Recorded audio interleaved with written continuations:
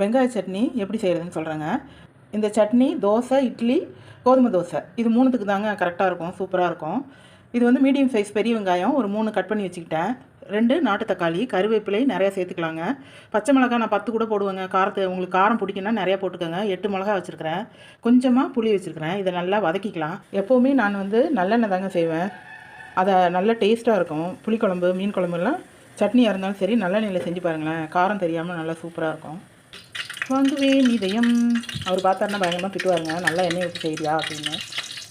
கடுகு போட்டுக்கலாமா? அப்படி போட்டுக்கலாம்.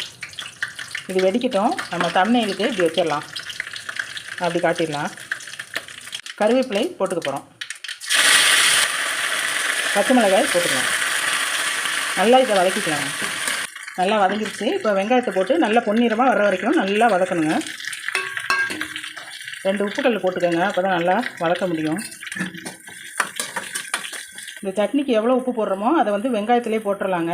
பாருங்கள், வெங்காயம் நல்லா கலர் மாறி வந்துருச்சு. இப்போ தக்காளியை போட்டு ஒரு 5 நிமிஷம் கிட்ட நல்லா வதக்கிக்கலாம். நான் முன்னாடி வரமிளகா தாங்க போட்டுக்கிட்டு இருந்தேன். அப்புறம் பச்சை மிளகா ஒரு நாள் போட்டேன், சூப்பராக இருந்துச்சுங்க. இந்த டேஸ்ட் எனக்கு ரொம்ப பிடிக்கும், பச்சை மிளகா டேஸ்ட்டு. உங்களுக்கு பிடிக்கலன்னா நீங்கள் வரமிளகா மட்டும் சேர்த்துக்கோங்க. இல்லைன்னா 1 டீஸ்பூன் மிளகாத்தூள் போட்டிங்கன்னா சரியாக போச்சு. மிளகா கூட சேர்க்க வேண்டாம். வெங்காயம் தக்காளி நல்லா வதங்கிருச்சுங்க. கடைசியில் புளியை போட்டு லைட்டாக வதக்கிக்கலாம்.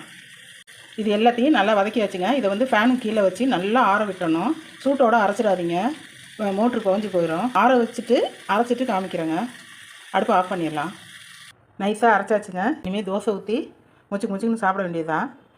இந்த மாதிரி நீங்களும் செஞ்சு பாருங்கள். இந்த வீடியோ பிடிச்சிருந்தா லைக் பண்ணுங்கள், ஷேர் பண்ணுங்கள், கமெண்ட் பண்ணுங்கள், சப்ஸ்கிரைப் பண்ணுங்கள். தேங்க்யூ.